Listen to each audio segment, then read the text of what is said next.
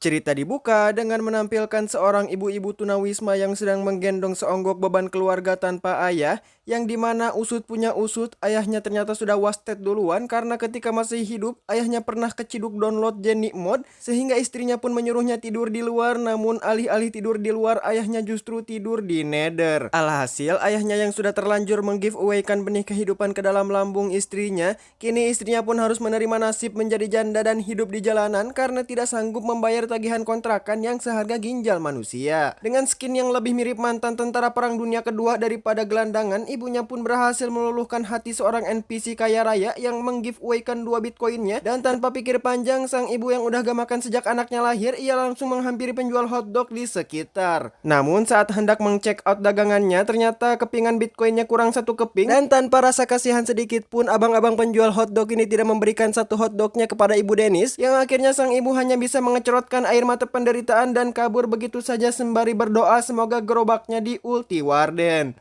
Sampai matahari berganti shift dengan bulan pun, sang ibu dan anak ini belum saja bertemu dengan orang baik yang rela membantunya, hingga akhirnya sang ibu pun berdoa agar diinfokan panti asuhan terdekat supaya beban hidupnya berkurang, dan tak butuh waktu lama ngespawnlah secari kertas brosur berisikan info panti asuhan yang siap menampung berbagai jenis anak. Tanpa pikir panjang, ketika anaknya lagi mimpi duel sama ayahnya di neraka, si ibu langsung meletakkan bayi kotaknya di depan pintu panti asuhan dan meninggalkan artefak kalung berharga seharga jutaan dolar Zimbabwe miliknya di atas tubuh kotak si anak. Dan tak berselang lama muncullah pengurus panti yang sedikit kaget melihat seorang anak sedang rebahan santuy di teras panti. Namun tanpa pikir panjang, ia kemudian memungut si anak dan membawanya masuk, hitung-hitung nambah pahala di akhirat kelak. Si ibu yang baru sadar kenapa anaknya nggak dijual di dark web aja, ia pun hanya bisa menyesal dan menangis karena kini ia sudah tidak tahu dari mana lagi ia dapat menghasilkan uang kecuali jual serabi. Namun bodo amat dengan si ibu karena sekarang MC kita adalah si anak. Tapi sebelumnya kita kenalan dulu dengan bayi kotak satu ini yang bisa kita panggil Dennis. Dan tak lupa perkenalkan pengasuh panti yang baik hati atau yang bisa kita panggil dengan sebutan Pak Gumar.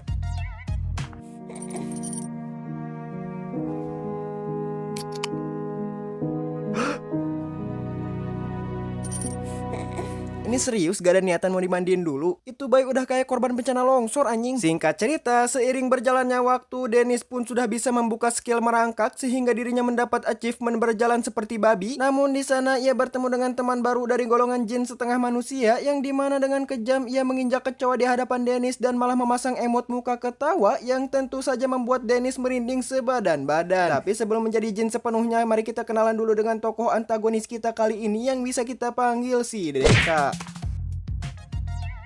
Singkat cerita, Dennis telah beranjak dari balita menjadi anak-anak. Kini Dennis sudah bisa menguasai skill berbicara, berjalan, berlari, ngocokon, dan tak berselang lama ia bertemu dengan Deka dan teman-temannya yang sudah siap mengejeknya dengan sebutan yatim. Namun mengingat mereka juga sama-sama yatim, akhirnya Deka dan teman-teman seperbegundalannya pun hanya menyepam salam olahraga secara bergantian. Dennis yang udah nggak tahan di ospek militer, ia pun langsung kabur mencari tempat sepi untuk merefill health bar-nya yang sekarat. Namun secara bersamaan, ibu Dennis yang semenjak dirinya membuang Dennis ke panti asuhan, nasibnya pun kian membaik. Ia datang menjenguk Dennis dengan maksud merayakan 10 tahun sejak Dennis dibuang ke panti dengan menghadiahinya satu unit truk mainan untuk Dennis. Dan secara tidak sengaja, ia malah melihat putranya nangis kejer di halaman panti, merindukan sosok ibu yang belum pernah ia temui. Tapi ibunya yang udah bersyukur Dennis di panti, tanpa berlama-lama ia segera mengirim mobil mainannya ke hadapan Dennis sehingga dapat membuat Dennis dontol berhenti menangis. Namun begitu mencari siapa yang mengirim mobil tersebut, Dennis tidak melihat apa-apa kecuali pagar panti asuhan yang udah mirip kayak pagar penjara. Namun belum sempat Dennis memainkan mobil mainan miliknya, tiba-tiba saja Deka berflicker ke hadapan Dennis dan langsung membajak mobil mainan miliknya, sehingga Dennis yang memang sejak lahir nasibnya selalu sial, ia hanya bisa kembali menangis di halaman panti.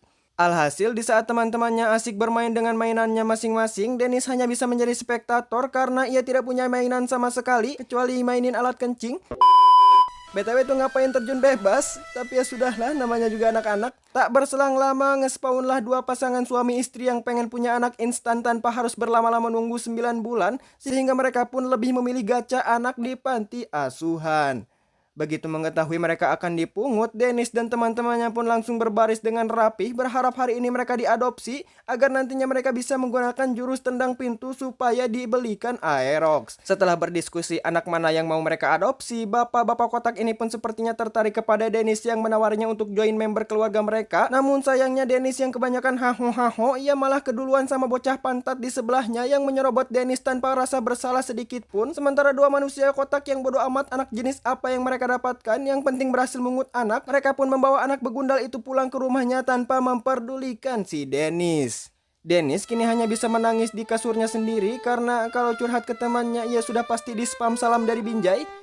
Dan kini satu-satunya yang Dennis punya hanyalah kalung keramat peninggalan ibunya. Namun lagi-lagi Deka yang emang sengaja ingin memperbanyak dosa karena ia sudah tahu cara mengubah dosa jadi saldo dana. Ia pun merebut kalung peninggalan ibu Dennis yang tentu saja membuat Dennis marah. Namun sayangnya Dennis yang memang terlahir untuk dibully, dengan mudah Deka mampu membuatnya mengkokop tanah. Hingga Dennis yang udah gak tahan dengan sifat iblis Deka, ia pun tak bisa menahan jiwa sukuna yang ada di dalam dirinya. Namun baru 1% kekuatan menyentuh tangan Deka, kalung pemberian ibunya seketika terlepas dari genggamannya dan jatuh ke tanah sehingga Dennis pun langsung berlari untuk mengambil kalung ibunya. Namun tiba-tiba ia ditahan oleh Pak Gumar yang mengira dirinya telah melakukan pembulian terhadap Deka sehingga dirinya pun dibanned sementara waktu dan diberi hukuman untuk menyikat skibidi toilet dan tai-tainya. Singkat cerita, pengasuh panti yang merasa kasihan kepada Deka yang gak bisa menyalurkan hasrat bulinya kepada Dennis, ia pun menyuruh Dennis untuk beristirahat untuk menghadapi hari esok yang lebih keras lagi.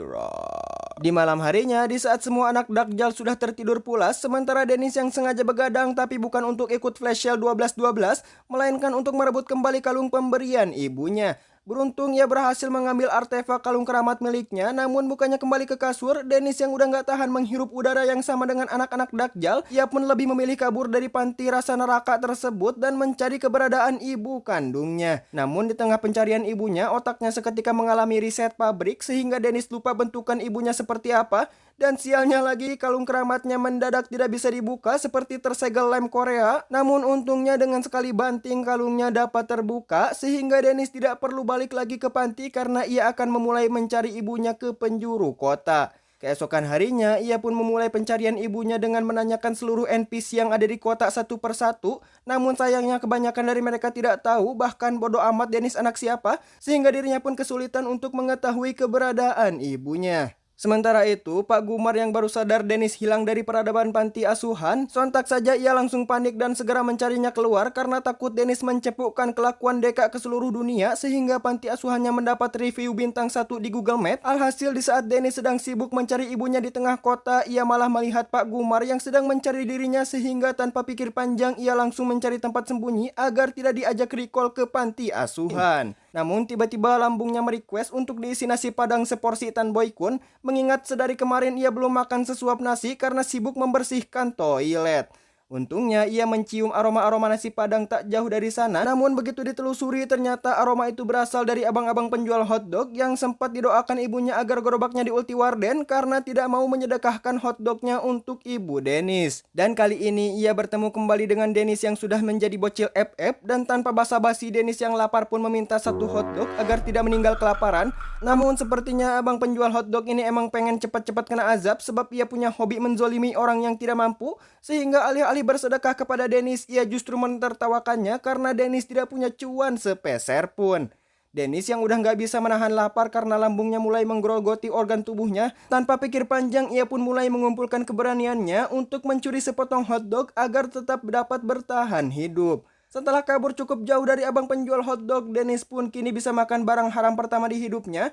Namun tiba-tiba saja seekor gelandangan yang entah sejak tahun berapa Masehi ia ada di sana, tiba-tiba dia mengeluarkan jurus pura-pura batuk seakan menyindir Dennis agar berbagi makanan dengannya. Dan seperti biasa, tokoh protagonis yang otaknya lebih kecil daripada hatinya, Dennis pun memberikan hotdognya secara gratis kepada bapak tua itu tanpa curiga sedikit pun. Setelah disumbangkan hotdog oleh Dennis, alih-alih berterima kasih atau dibagi dua, si kocak ini justru memasukkan satu hotdog utuh ke dalam cangkemnya tanpa malu, sehingga Dennis hanya kebagian dosa nyolong hotdog tanpa sempat memakannya. Dennis yang udah bodo amat dengan rasa lapar, yang penting ia bisa meet and greet dengan ibunya, Ia kemudian lanjut menanyakan pria tersebut apakah dirinya mengetahui keberadaan ibunya. Namun siapa sangka ternyata pria kotak yang ada di hadapannya mengetahui keberadaan ibu Denis. Sebab ternyata ibu Denis adalah seorang relawan yang suka membagi-bagikan makanan gratis kepada para gelandangan. Sehingga banyak fakir miskin yang sudah kenal dekat dengan ibunya. Lah terus ngapain minta hotdog ke Denis, kocak? Kena tipu kan lu, Oon. Dan akhirnya Denis dapat bertemu kembali dengan ibu kandungnya yang asli sehingga... Anjing gue kotornya. Seperti yang kalian lihat dengan mata kepala bukan mata kaki, si Deka muka pantat ini tiba-tiba teleport di depan muka Denis dan tanpa banyak kecot Denis segera ditransferkan kembali ke panti asuhan. Di sana ia diberikan kata-kata mutiara player ML dari Pak Gumar supaya Denis tidak mengulangi perbuatannya lagi karena kalau Denis keciduk kabur lagi maka ia akan didaftarkan ke penjualan anak ilegal. Begitu mendengar anaknya mau dijual, ibu Denis pun tiba-tiba muncul di panti asuhan karena ia tidak rela anak kandungnya dijual oleh orang lain selain dirinya.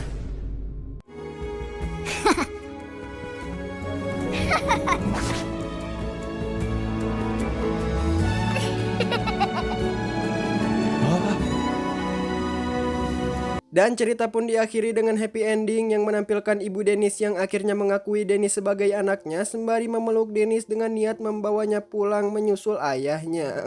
Sehingga kini Denis tidak perlu lagi adu mekanik atau rebutan mainan dengan si Deka. Ya, intinya pesan mortar yang bisa kita ambil dari video kali ini, seorang ibu tidak butuh harta atau mahkota. Ia hanya tidak ingin melihat anaknya menderita meski terkadang ia harus rela berjuang mati-matian dengan keringat dan air mata. Ingat, tidak ada seorang ibu yang tega membuang anaknya ke panti jika bukan karena situasi. Ia pasti akan merawat anaknya dengan sepenuh hati. Ia rela melakukan apapun, tak peduli lelah menghampiri asal ia dapat menerbitkan senyum sang buah hati.